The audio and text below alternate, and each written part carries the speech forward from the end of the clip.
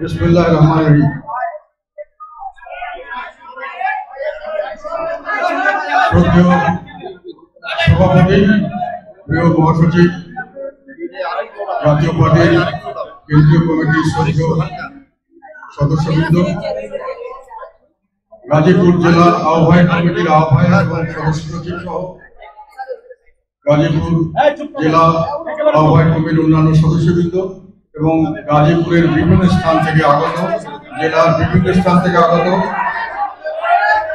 জাতীয় পার্টির বিভিন্ন স্তরের নেতাকর্মী ভাই ও বোনেরা, আসসালামু আলাইকুম। আপনাদের সবাইকে জানাচ্ছি অনেক অনেক শ্রদ্ধা, ভালোবাসা এবং শুভেচ্ছা। আজকে একটু প্রতিকূল আবহাওয়ার মাঝেও কত সুন্দরভাবে আপনারা আজকে এই কাউন্সিল অনুষ্ঠিত করছেন, অত্যন্ত সুশৃঙ্খলভাবে সম্পন্ন হয়েছে। এই জন্য এর সঙ্গে যারা জড়িত আছেন তাদের সবার প্রতি আমার কৃতজ্ঞতা, ধন্যবাদ এবং অভিনন্দন।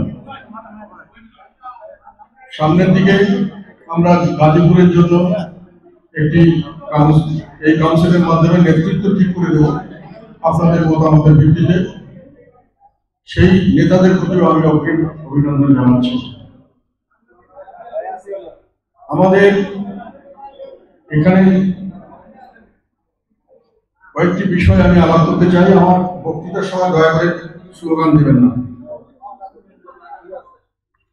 সেগুলোর কিছু কিছু বিষয় যেগুলো এখনকার বর্তমান সমাজে আমাদের রাজনৈতিক অঙ্গনে বিভিন্নভাবে দেখা যাচ্ছে, সেগুলো সম্পর্কে আমাদের বক্তব্য এবং আমাদের জাতীয় বোর্ডের ভূমিকা সম্পর্কে আমি কয়েকটি কথা বলব। দেশের বর্তমান অবস্থা ভালো নয়, এটা হয়তো আওয়ামী লীগের লোক ছাড়া আমার মনে হয় বাংলাদেশের সবাই একতার সঙ্গে একমত হবে। আমি কিছুদিন আগে একটা পরিবারের সঙ্গে কথা বলছিলাম, ওনারা বলে যে আগে একটা ডিম খেতাম আমরা, বাচ্চাদেরকে একটা ডিম খেতে দিতাম, এখন এই ডিমও আমরা খেতে পারছি না এবং সাধারণ মানুষের অনেক ধরনের কষ্টে জীবন যাপন করছে। জিনিসপত্রের দাম যেভাবে বাড়ছে, মানুষের আয় ইনকাম সেভাবে কমছে। একটা কমছে যেহেতু আমাদের মুদ্রার নিম্নগামী ডলারের সঙ্গে আমাদের অবমূল্যায়ন হচ্ছে। টাকার দাম যখন 80 টাকা দিয়ে একটা ডলার পাওয়া যেত, যখন আমাদের 50-60 হাজার টাকা দিয়ে আমাদের স্বর্ণের ঘড়ি ছিল, এখন সেই টাকা পাওয়া যাচ্ছে 117, 120, 125 টাকা করে একটা ডলার। আপনি $1 একটা জিনিস আনলে আপনার 70 টাকায় যেটা বিক্রি করতে পারতেন লাভ দিয়ে 80 বা 90 টাকায়, সেটা আপনাকে এখন করতে হচ্ছে 150 টাকায় বিক্রি। আমাদের তো বেশিরভাগ জিনিসই আমরা নিয়ে আসি বিদেশ থেকে, তো জিনিসপত্রের দাম বাড়ছে, মজুরি কমছে, কারণ জানিসের পার্চেজিং পাওয়ার কমছে। আর যেহেতু ডলার নেই দেশে, ডলারের সংকটের কারণে আমরা বিভিন্নভাবে আমদানিকে কমিয়ে আনছি, সরকার আমদানিকে কমিয়ে আনছে, কেননা আমাদের আয়, রপ্তানি এবং প্রবাসী আয় কমছে। তার সঙ্গে যেহেতু আমাদের আমদানি ব্যয় বাড়ছে, সঙ্গে সঙ্গে রিজার্ভ কমে যাচ্ছে। রিজার্ভ কমতে কমতে আমরা একটা অবস্থায় চলে আসছে যে সারা বিশ্ব বলছে এ দেশের সঙ্গে ব্যবসা বাণিজ্য করা যাবে না, যেহেতু এরা কোনো ডলার আমাকে দিতে পারে না। আমেরিকানরা বলেছে তারা এখানে ব্যবসা করছে, তাদের টাকা পয়সা দেশে নিয়ে যেতে পারছে না, তাহলে আমরা ব্যবসা করব কেন? আমি যেখানে প্রফিট না করতে পারি আমি এখানে বিনিয়োগ করব কেন? আর বিভিন্ন জায়গায় যেমন প্লেন কোম্পানিগুলো, যারা আপনারা যে বিদেশে যান, আপনারা হয়তো অনেকে জানেন না যে টিকিট আমাদের পাশে যে কোনো দেশে যেটা 70,000 টাকায় বিক্রি হয়, সেটা আমাদের দেশে 1 থেকে 1.25 লক্ষ থেকে 1.5 লক্ষ টাকায় একই টিকিট বিক্রি হয়। কেন? তারা বলে আমাদের টাকা তো আমরা বিক্রি করি, টাকা তো নিয়ে যেতে আমার লাগে 6 মাস থেকে 8 মাস, তাও কোন সময় নিতে পারবো কোনো খবর নাই। 3,500 থেকে 4,500 কোটি টাকা পাওনা হয়ে গেছে, বিদেশি কোম্পানিগুলো বিক্রি করে বিদেশে পাঠাতে পারছে। জিনিসপত্রের এখন এমন অবস্থা দাঁড়িয়েছে যে সরকার এটা কমাও ওটা কমাও, আমাদের রিজার্ভ ঠিক রাখতে হবে। কমাতে গিয়ে এই কয়েকদিন আগে শুনলাম যে আমাদের ইনসুলিন, যেটা ডায়াবেটিক রোগী যাদের চলে না, সেই ইনসুলিন বাজারে পাওয়া যাচ্ছে না। অনেক ওষুধ যেগুলো বাজারে পাওয়া যাচ্ছে সেগুলো ভেজাল ওষুধ, বিদেশ থেকে আসছে না, তাদের র মেটেরিয়াল নাই, তারা বিভিন্নভাবে দেশে উৎপাদন করে ভেজাল ওষুধের কারণে আমাকে কালকে এক ডাক্তার বললো 3টি বাচ্চা ছেলে মারা গেছে মুসলমানি করতে গিয়ে। কেন? সেখানে যে অ্যানেস্থেসিয়া যেটা দিয়েছে সেটা নাকি ছিল ভেজাল, ওইটার কারণে বাচ্চারা মারা গেছে। আরো বিশেষ করে অনেক জায়গা থেকে যেটা খবর পাওয়া যাচ্ছে এই একই কেস, তাদের নাকি লাংস নষ্ট হয়ে গেছে, কারণ কিডনি নষ্ট হয়ে গেছে। কেন? ভেজাল ওষুধ দেওয়া হচ্ছে। আপনারা আজকাল খাবার দাবার যেগুলো বিদেশ থেকে আসে কোনো কিছুরই গ্যারান্টি নাই, কেন সরকার কোনোখানে এইসব দিকে তাদের যে দায়িত্ব সেটা পালন করছেন না। এখন IMF থেকে টাকা নিয়ে আসবেন, IMF থেকে যে টাকাটা আনছেন তাতে করে 2 দিন দেখা যাবে যে আমাদের রিজার্ভ একটু বাড়ছে, আমি তো অনেক কাজ করে ফেলেছি, রিজার্ভ বাড়িয়ে ফেলেছি। আপনি যতক্ষণ পর্যন্ত আয়ের চেয়ে ব্যয় করবেন বেশি, ব্যয় করতে বাধ্য হবেন বেশি, ততক্ষণ পর্যন্ত আপনার রিজার্ভ আবার কমতে থাকবে। আমি IMF এর টাকা নিয়ে আনবেন, আপনি চীন থেকে টাকা আনবেন, যেখান থেকে টাকা আনেন, যেহেতু আপনি ফুটা করে ফেলেছেন, দেশের অর্থনীতিকে ফুটা করে ফেলেছেন, সেই ফুটা দিয়া সবকিছু বেরিয়ে চলে যাচ্ছে। আপনার রিজার্ভ তো কোনো সময় বাড়বে না, যেটা বাড়ছে সেটা 7 দিন 10 দিন 1 মাস 1.5 মাস 2 মাস আবার আগের অবস্থায়। বাংলাদেশের মানুষের অর্থনৈতিক যে দুরবস্থা তার কারণ বর্তমান সরকারের ভ্রান্ত নীতি এবং দুর্নীতি।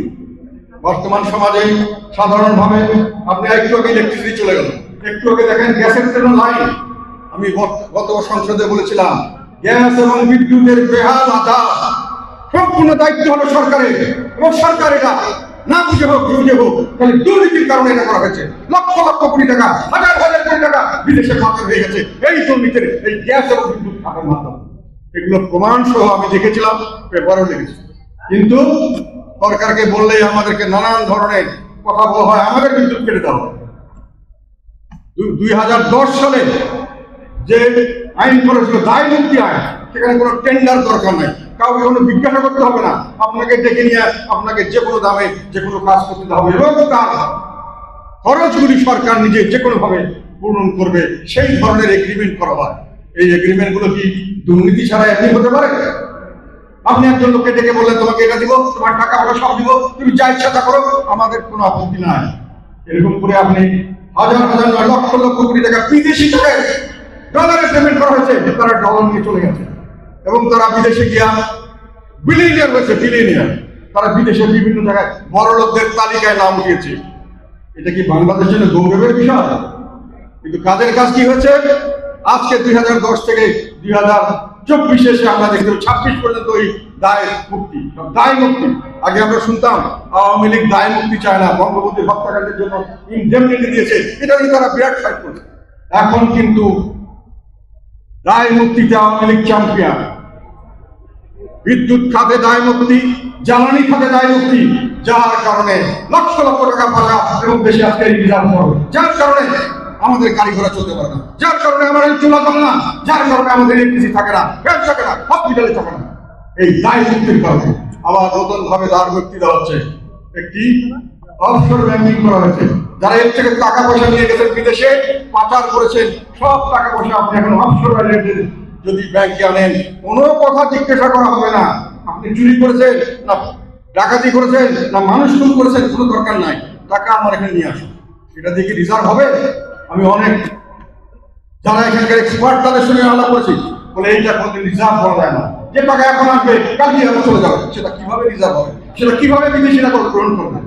আবার আর একটা রায় মুক্তি দেওয়া হয়েছে যে আপনি অবৈধ উপায় আয় করেছেন সরকারের সহযোগিতা, এখন সরকার সহযোগিতা করছে, এটাকে দায় মুক্তি দিয়ে এটাকে আমি সাদা করে দেব, কেউ কোনো জিজ্ঞাসা করবে না। আপনি আগে তো অনেক ধরনের ছিল যে দায় মুক্তি দিলেও কালো টাকা সাদা করলে অনেক সময় এর পরবর্তী কোনো এজেন্সি আমাদের দুর্নীতি দমন কমিশন এগুলো করতে পারবে, এখন কেউ কোনো প্রশ্ন করতে পারবে না। দায় মুক্তি, দায় মুক্তি, কিসের দায় মুক্তি? অপরাধের দায় মুক্তি, কিসের দায় মুক্তি? চুরির দায় মুক্তি, কিসের দায় মুক্তি? ডাকাতির দায় মুক্তি। এই দায় মুক্তি দিয়ে দেশকে তারা আজকে নর্দমায় ফেলে দেওয়ার ব্যবস্থা করেছে। সাধারণ মানুষ খেতে পারে না, ওষুধ পায় না, এই ওষুধের অভাবে ভেজাল ওষুধের জন্য মানুষ মারা যায়, ইলেকট্রিসিটির অভাবে মিল ফ্যাক্টরি চলে না, স্পেয়ার পার্টস আনতে পারে না, র মেটেরিয়াল আনতে পারে না, ফ্যাক্টরিগুলো বন্ধ হয়ে যাচ্ছে। আর ব্যাংকের থেকে টাকা কতগুলো ইন্টারেস্টিং ব্যাপার শুরু করেছে তারা, যে আমরা আমাদের নিজস্ব অর্থায়নে আমরা অনেক প্রকল্প করি, নিজস্ব অর্থায়নে প্রকল্প করেন। বাংলাদেশে এই সরকার আসার পরে যতভাবে তারা খরচ করেছে, তার যে ট্যাক্স দিয়ে হাজার চেষ্টা করেও ট্যাক্স দিয়ে সেই টাকা উঠাতে পারে নাই। সেখানে পর্যন্ত সরকার চালাতে গেলে তাদেরকে ব্যাংকের থেকে লোন করতে হয়েছে। আর আপনি বড় বড় প্রজেক্ট করেন, কোথেকে টাকা নিয়ে করেন? বাজেটে আপনি বলে দিচ্ছেন এগুলো আমি বিদেশ থেকে টাকা আনি, বিদেশ থেকে টাকা আনি আর দেশের থেকে লোন করি। এই দেশের থেকে লোন করে দেশের ব্যাংকগুলোকে খালি করে দিয়েছেন, আর নিজস্ব লোককে লুটতরাজ করতে গিয়ে সেই ব্যাংক খালি হয়ে খেলাপি টেনে খালি হয়ে গেছে। এখন ব্যবসায়ীরা গেলে তারা কোনো টাকা পায় না। ব্যবসা বাণিজ্যে যারা ছোটখাটো ব্যবসায়ী টাকা নিয়ে ব্যবসা করবে আবার ফেরত দেবে, সে টাকা ব্যাংক দিতে পারে না, যার জন্য ছোট ছোট ইন্ডাস্ট্রি বন্ধ হয়ে যাচ্ছে। বিভিন্ন কলকারখানা ছাঁটাই করতে হচ্ছে, লোক ছাঁটাই করতে হচ্ছে, তারা চালাতে পারছে না। এইভাবে আর বলা হচ্ছে যে আমরা নিজস্ব অর্থায়নে প্রকল্প করছি। নিজস্ব অর্থায়নে প্রকল্প করার অর্থ আপনি পাবেন তো না।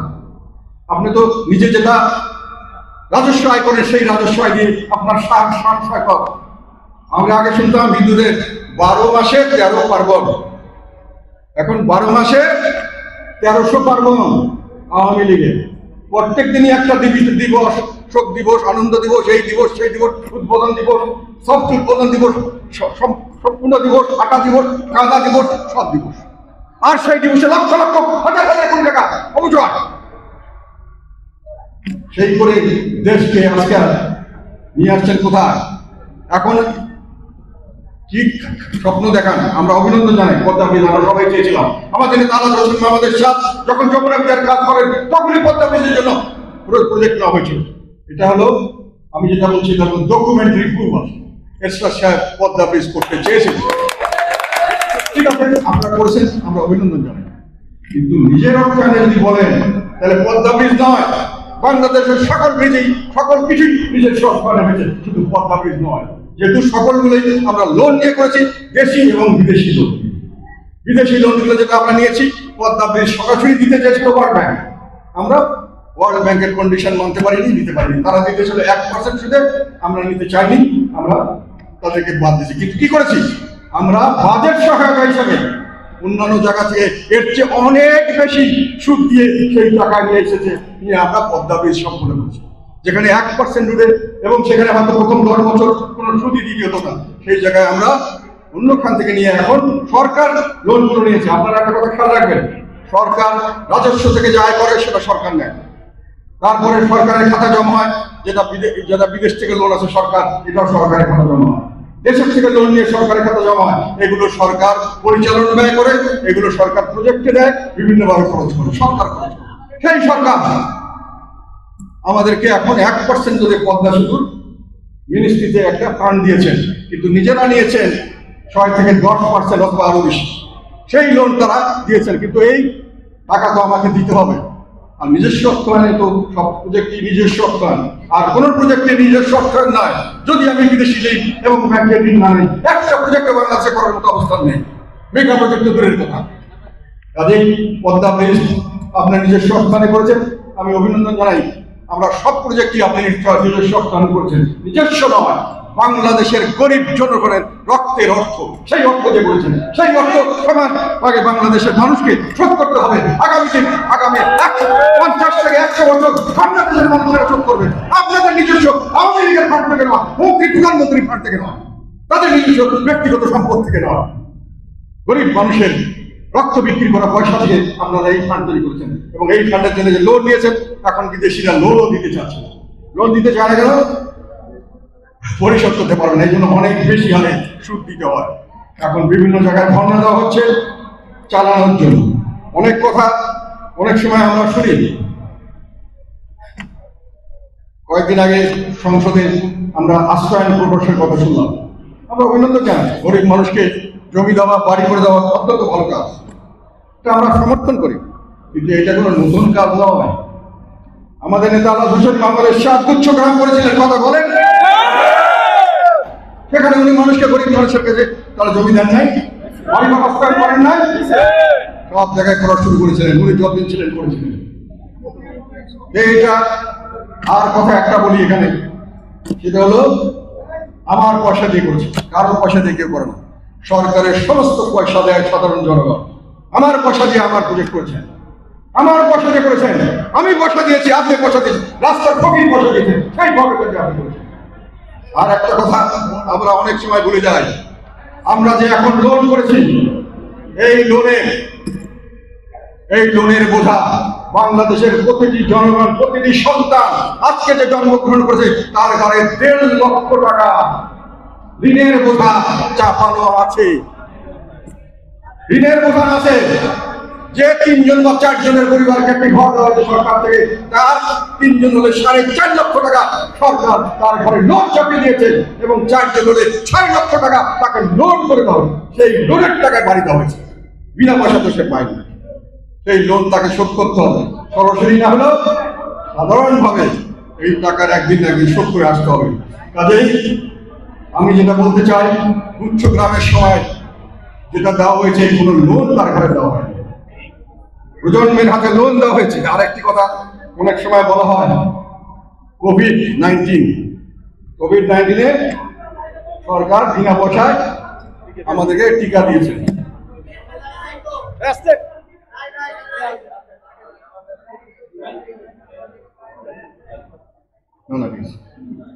কোভিডের টিকা বিনা পয়সা দিয়েছেন, ঠিক আছে, বিনা পয়সা দিয়েছেন। কি এটা কি পয়সা থেকে কারণ নিজস্ব পয়সা? আপনার পয়সা না? আপনার পয়সা না? আপনার পয়সা না? কেন দিবেন না? এই দেশের মানুষ যেখানে না খেয়ে থাকে টিকা দেওয়া করছে, তার টিকা দেওয়ার দায়িত্ব তো আপনার নিজস্ব আছে। সেই টাকা তো জনগণ দিয়েছে। আপনার কিসের আপনি নিজের টাকা করছেন? জনগণের টাকায় টিকা দিয়েছেন। তারপরেও প্রশ্ন আসে, আমাদের ইউএস থেকে, গভর্নমেন্ট থেকে 11,46,000 টিকা বিনা পয়সায় দেওয়া হয়েছে। তাদেরকে $140 মিলিয়ন এই টিকা কার্যক্রম সাকসেসফুল করার জন্য ইউএস সরকার দিয়েছে, রাশিয়ান সরকার দিয়েছে, চাইনিজ সরকার দিয়েছে, তাই না? বিনা পয়সা দিয়েছে। আপনি সবগুলো কোথা থেকে দিলেন? অর্ধেক তো তারা বলতে পারে যে আমরা দিয়েছি, আমাদের টাকা দিয়ে দিয়েছি। তোমরা তো তোমাদের দেশের গভর্নমেন্ট দিয়েছে তাদের জনগণের টাকা, জনগণকে দিয়েছি। আমরা তো দিয়েছি আমাদের দেশের লোকের টাকা। তারা বলতে পারে, আমরা তো বলতে পারি না। আমাদের সরকার তো বলতে পারে না যে আমরা দিয়েছি, সরকার তো দেয়নি, দেশের জনগণ দিয়েছি, জনগণের টাকায় জনগণকে দেওয়া হয়েছে। কোভিড দিয়ে এই জন্য বলতে চাই যে অনেক কথা অনেক সময় বলা হয় যে আমরা অনেক কিছু করেছি। কোভিডের সময় আমরা আর একটা জিনিস দেখেছি যেটা নিয়ে প্রশ্ন করা উচিত সবাই, সমস্ত মানুষের, যে আমরা জানতাম না। ভারত থেকে যখন কোভিড কেনার জন্য এগ্রিমেন্ট করা হলো, এক সময় ভারত বললো যে আমরা আমাদের নিজেদের দরকারের বেশি আর আমরা দিতে পারবো না, বন্ধ করে দেওয়া হবে সারা পৃথিবীতে। আমরা বললাম যে আমরা তোমাদের বন্ধু রাষ্ট্র, আমাদের দেবে না কেন? ওরা বলল না, রাষ্ট্র তো আমাদের কাছে চাইনি, আমাদের একটা প্রাইভেট ব্যবসায়ী চেয়েছে, সেই ব্যবসায়ীর সঙ্গে আমাদের এগ্রিমেন্ট ছিল, এই ব্যবসায়ীদের এগ্রিমেন্ট আমরা মানব না, কাজে আমরা দেব না। কথাগুলো কি ঠিক হচ্ছে নাকি বলেন? বলেন, আপনারা জানেন কিনা বলেন? তাহলে সরকার একটি তাদের ক্লোজ, তাদের সম্পর্কিত একজন ব্যবসায়ীর দ্বারা কোভিডের টিকা কিনেছে, কিনা নাই?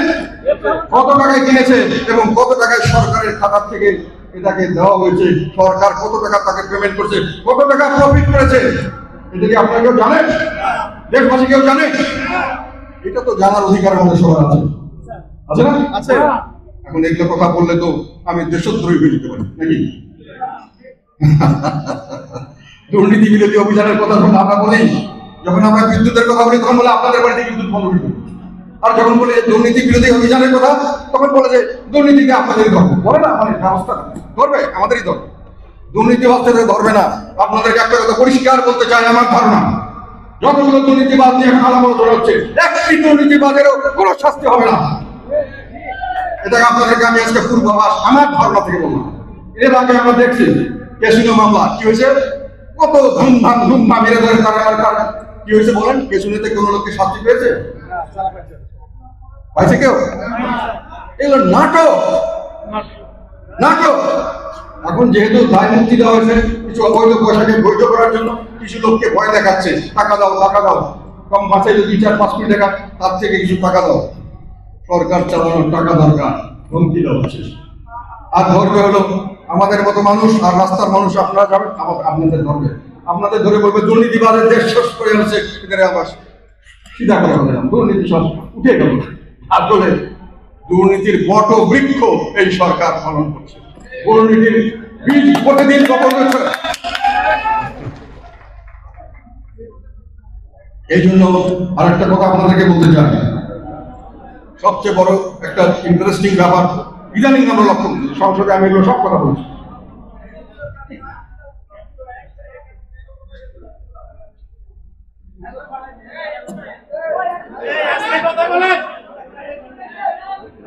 ঠিক আছে,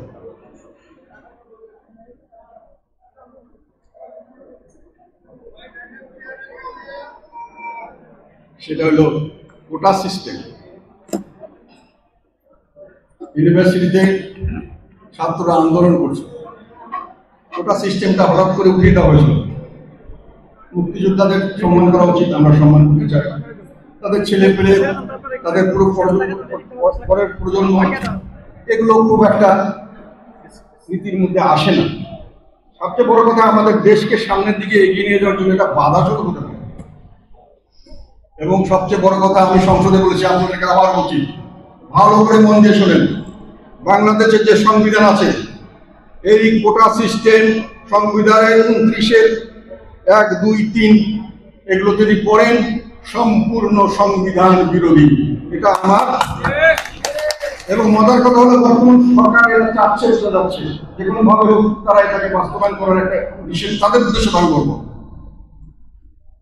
কিন্তু সেখানে হাত পা বাঁধা, তাদের যদি 350টার মধ্যে 340টাও তাদের লোক থাকে, সংবিধান সংশোধন করে এটাকে ঢুকে যেতে পারবে না। আমাদের সংবিধানে এই বিধানটি করা হয়েছে, এই বর্তমান সরকারই করেছে। এইসব মূলনীতি, তারা মৌলিক অধিকার সম্পর্কে যেগুলো নীতি, এই যে 29-এর 1, 2, 3 ধারা, এগুলো পরিবর্তন করার কোনো ক্ষমতা এই সংবিধানে দেওয়া হয়নি। সংবিধান অনুযায়ী এটাকে বৈধ করার কোনো উপায় নাই। তাহলে কি করবে তারা? তাদের এটা দরকার কেন বলেন? দরকার হলো, এখানে আসেন, এই যে দেশ বাংলাদেশ, বাংলাদেশের মানুষরা দীর্ঘদিন থেকে, এই 1000 বছর থেকে সংগ্রাম করে আসছে একটা, সেই সংগ্রামটা ছিল বৈষম্যের বিরুদ্ধে সংগ্রাম।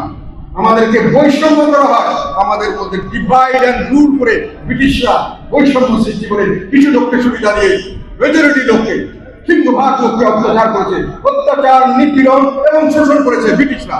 এর থেকে বাঙালি, এর থেকে মুক্তি পাইতে পাওয়ার জন্য বাঙালি আন্দোলন করেছে। বাঙালিরা পাকিস্তান সৃষ্টিতে বড় একটা ভূমিকা রেখেছে, কেন তারা জানতো যে ব্রিটিশরা যেমন ডিভাইড অ্যান্ড রুল করে, আমরা থেকে বাঁচতে হলে ব্রিটিশদেরকে এই দেশ থেকে বিদায় দিতে হবে, বৈষম্য থেকে মুক্তি নিতে হবে। বৈষম্যের সঙ্গে আসে অত্যাচার, নিপীড়ন, অনাচার, সেগুলো থেকে বাংলাদেশের মানুষ মুক্তি চেয়েছিল। সেই জন্যই বাংলাদেশের মানুষ পাকিস্তান আন্দোলনে পাকিস্তানকে সমর্থন করেছিল। কিন্তু পরবর্তীকালে যখন দেখা গেল সেখানে এসে পাকিস্তানিরা সেই ডিভাইড অ্যান্ড রুল, পাকিস্তানের মধ্যে আমাদেরকে ডিভাইড করে আমাদেরকে নিম্ন গোত্রে নামিয়ে দেওয়া হলো। তাদের কিছু লাঠিয়াল বাহিনী তৈরি করা হলো, প্রশাসনকে নিয়ে তারা ঝাঁপিয়ে পড়ে আমাদেরকে অত্যাচার, নিপীড়ন, নির্যাতন এবং আমাদেরকে দারিদ্র্যের সীমার নিচে সবসময় থাকতে বাধ্য করা হলো। তখন বাঙালি স্বাধীনতার জন্য প্রথমে চাইল সাহিত্য শাসন, তারপর স্বাধীনতার জন্য সংগ্রাম করল। সেই স্বাধীনতা সংগ্রামে বাংলাদেশের মানুষের জয় হল, বাংলাদেশের মানুষ বিজয় অর্জন করলো রক্তের মাধ্যমে। কিন্তু এই ডিভাইড অ্যান্ড রুল, বর্তমান আওয়ামী লীগ এসে আবার ডিভাইড অ্যান্ড রুল শুরু করে দিয়েছে। ডিভাইড অ্যান্ড রুল, তারা সমাজকে বিভক্ত করেছে।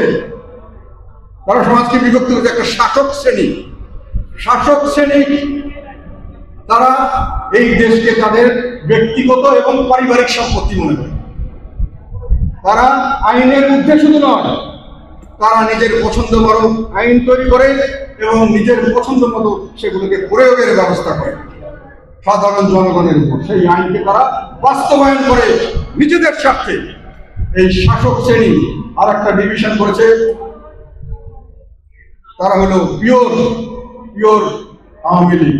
সেগুলো এটাকে যদি প্রথম থেকে যদি আপনার কোনো শ্রেণীবোধে না রাখেন, এটা শাসক, এরা অ্যাবভ অল, তাহলে এগুলো ফার্স্ট ক্লাস সিটিজেন হলো পিওর আওয়ামী লীগ এবং তাদের লাঠিয়াল বাহিনী। লাঠিয়াল বাহিনী, অনুগত লাঠিয়াল বাহিনী, প্রশাসন, অনুগত প্রশাসন, অনুগত আইন শৃঙ্খলা বাহিনী।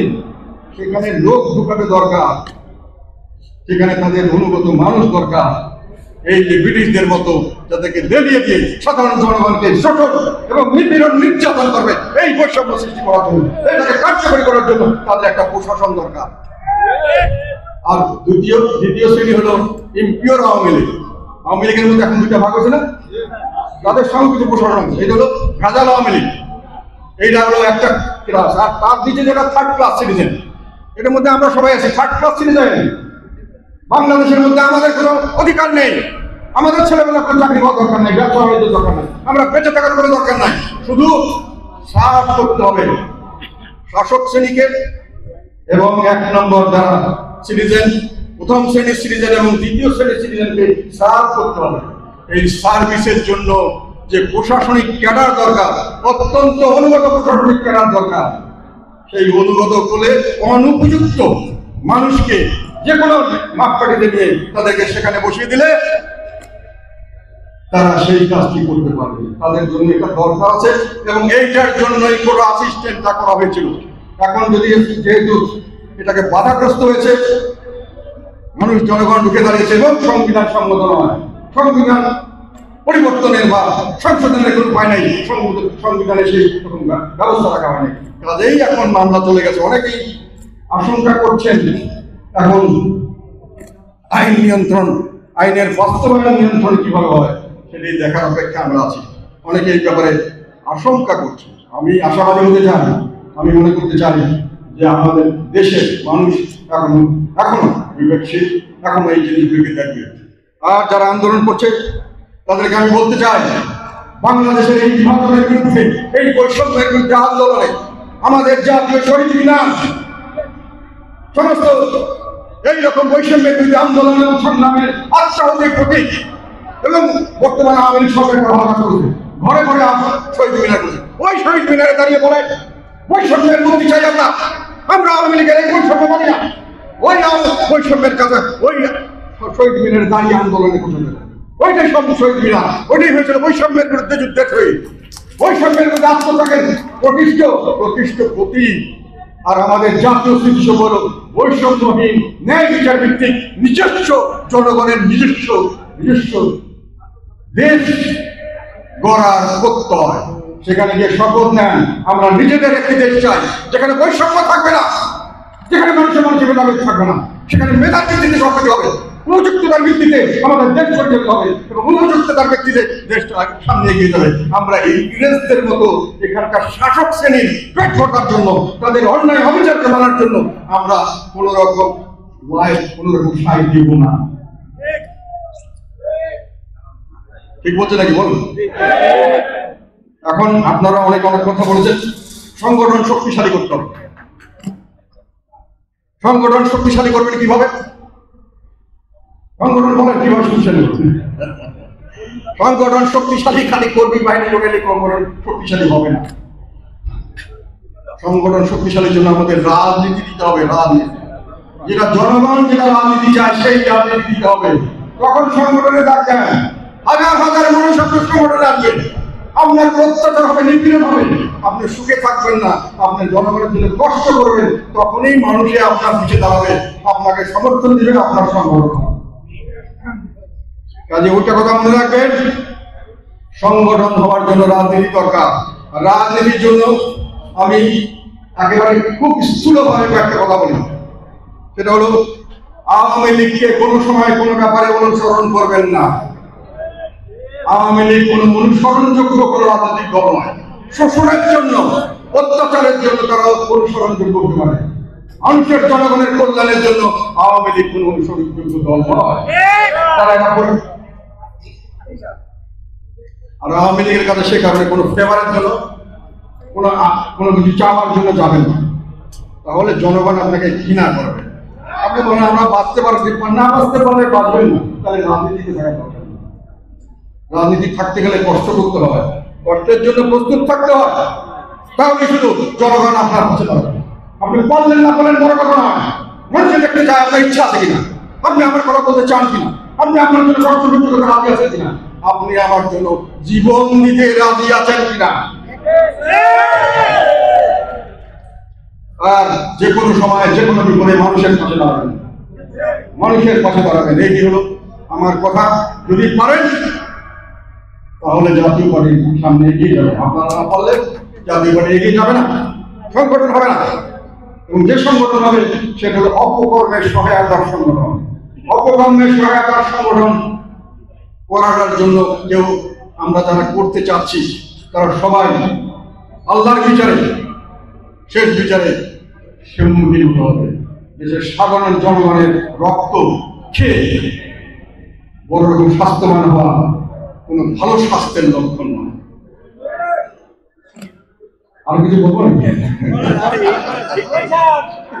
এখন আমাদের বড় বড় নেতাদের মধ্যে এইসব কথা বলে আমি মন খারাপ হই না, সংসদে বললেও মন খারাপ হই না। আমাদের নেতারা তো হাততালি দেয় অন্য থাকে, আমার পছন্দ করে মন ব্যথা হয়ে যায়। কাজে এটা খেয়াল রাখবেন, আপনারা হলেন আমাদের শক্তি, আপনারা হলেন স্তম্ভ। যারা ভিতরে থাকেন, যারা এখানে সবচেয়ে বেশি কি বলবো ভিত্তিতে থাকবেন, সেই ভিত্তি যদি সুমজবুত হয় তাহলেই দল এগিয়ে যাবে, না হলে দল এগোতে পারবে না। আমাদের জীবন একটা শেষ প্রান্তে এসে গেছে, আমরা দেশ ও জাতির জন্য কিছু কাজ করতে চাই, আমরা সত্য কথা বলতে চাই, সত্যকে প্রতিষ্ঠিত করতে চাই, দেশের মানুষের মঙ্গলের জন্য সামনে কাজ করতে চাই। আপনারা একমত আছেন? এখন একটা আমাদের সাংগঠনিক দায়িত্ব, যেটা হয়তো মহাসচিব সাহেব করতে ভুলে গেছেন, সেটা হলো আপনারা সবাই চেয়েছেন যে আমাদের সভাপতি হিসেবে আপনাদের জেলায় আমার আব্দুল সাফার উনি এখানে থাকবেন, এবং আমাদের সচিব হিসেবে কামরুজ্জামান মন্ডল। আপনারা সবাই সমর্থন করেন? সমর্থন করেন তো? এর বিরোধিতা কেউ আছে? তাহলে আমি এদের দুজনকে ঘোষণা দিয়ে যাচ্ছি সভাপতি এবং সচিব হিসাবে। এদের উপর দায়িত্ব নিয়ে যাচ্ছি সামনে 15 দিনের ভিতরে পূর্ণাঙ্গ কমিটি আপনাদের সামনে পেশ করা হবে। আপনাদের সবাইকে অশেষ ধন্যবাদ। আসসালামু আলাইকুম।